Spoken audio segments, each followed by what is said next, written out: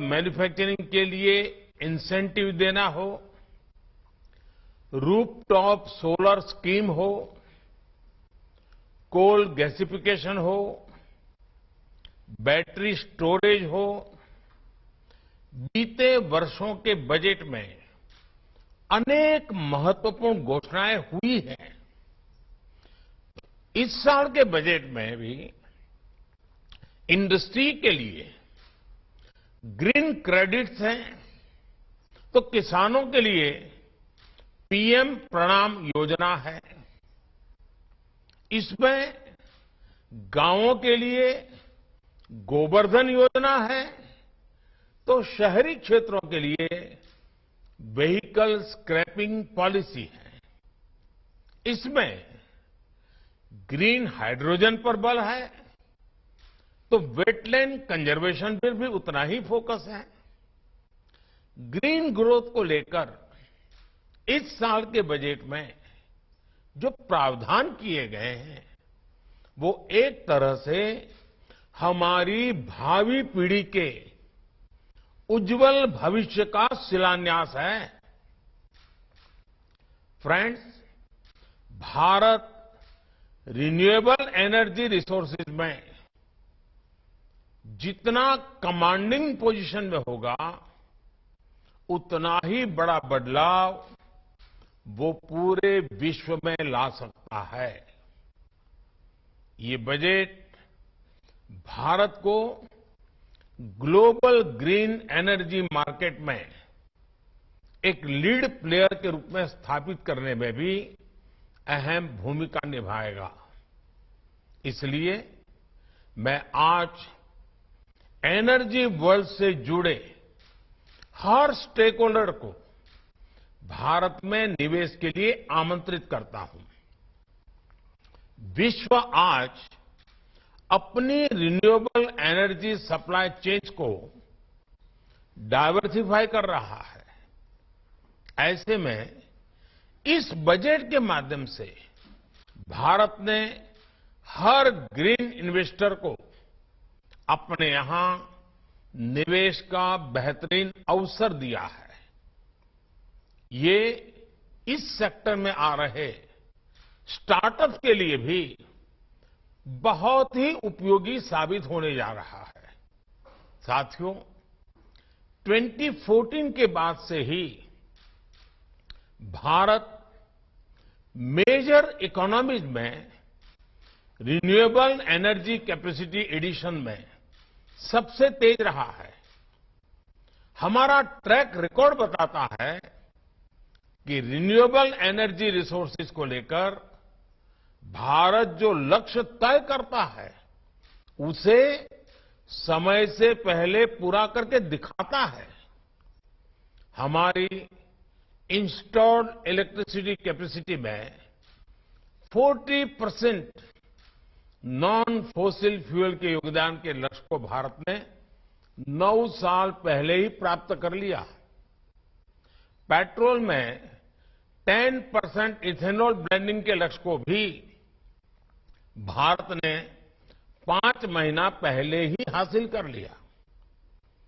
20% ethanol blending के लक्ष्य को भी भारत ने 2030 से कम करके 25-26 तक पूरा करने का निर्धारित किया।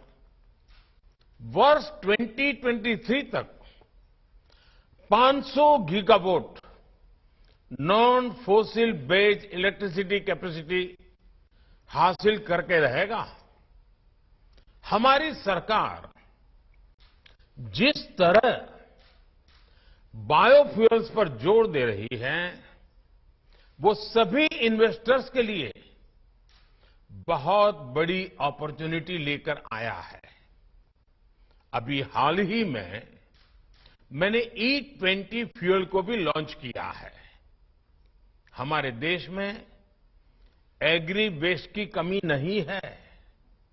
ऐसे में देश के कोने कोने में इथेनॉल प्लांट्स की स्थापना के मौके को इन्वेस्टर्स को छोड़ना नहीं चाहिए। भारत में सोलर, विंड, बायोगैस का जो पोटेंशियल है वो हमारे प्राइवेट सेक्टर के लिए किसी गोल्ड माइन या ऑयल फील्ड से कम नहीं है। Friends, national green hydrogen mission के माध्यम से भारत हर साल 5 MMT ग्रीन हाइड्रोजन के प्रोडक्शन का लक्ष्य लेकर चल रहा है। प्राइवेट सेक्टर को एनकरेज करने के लिए इस मिशन में 19,000 करोड़ रुपए से अधिक का प्रावधान किया गया है। ग्रीन हाइड्रोजन के प्रोडक्शन के साथ ही आपके लिए और भी बहुत सारे ऑप्शंस हैं, जैसे इलेक्ट्रोलाइजर मैन्युफैक्चरिंग, ग्रीन स्टील की मैन्युफैक्चरिंग, लॉन्ग हॉल ट्रांसपोर्टेशन के लिए फ्यूल सेल्स के निर्माण में भी इन्वेस्टमेंट की अनेक अपॉर्चुनिटीज आ रही है। फ्रेंड्स, भारत में गोबर से 10,000 मिलियन क्यूबिक मीटर बायोगैस और एग्री रेसिड्यू से 1.5 lakh million cubic metre gas के उत्पादन का पोटेंशियल है। इससे हमारे देश में सिटी गैस डिस्ट्रीब्यूशन में 8% तक का योगदान हो सकता है। इन्हीं संभावनाओं की वजह से आज गोबर्धन योजना भारत की बायोफ्यूल स्ट्रैटेजी का एक अहम कंपोनेंट है। इस बजट में सरकार ने गोबर्धन योजना के तहत 500 नए प्लांट लगाने की घोषणा की है। ये पुराने जमाने के गोबर गैस प्लांट की तरह नहीं होते। इन आधुनिक प्लांट्स पर सरकार 10,000 करोड़ रुपए खर्च करेगी। सरकार का वेस्ट टू एनर्जी प्रोग्राम देश के प्राइवेट सेक्टर के लिए, हमारे एमएसएमईज के लिए एक नया मार्केट बना रहा है। गांवों से निकलने वाले एग्री वेस्ट के साथ ही शहरों के म्युनिसिपल सॉलिड वेस्ट से भी सीबीजी का प्रोडक्शन उनके लिए बेहतरीन मौका है। प्राइवेट सेक्टर को उत्साहित करने के लिए सरकार टैक्स में छूट के साथ ही आर्थिक मदद भी दे रही है। साथियों, भारत की vehicle scrapping policy green growth strategy का एक अहम हिस्सा है। व्हीकल स्क्रैपिंग को प्रोत्साहित करने के लिए सरकार ने इस बजट में 3,000 करोड़ रुपए का प्रावधान किया है। आने वाले कुछ महीनों में केंद्र और राज्य सरकार की करीब 3 लाख गाड़ियों को स्क्रैप किया जाना है। ये गाड़ियां 15 साल से ज्यादा पुरानी हो चुकी है। इनमें पुलिस जिन व्हीकल्स का उपयोग करती है वो गाड़ियां हैं।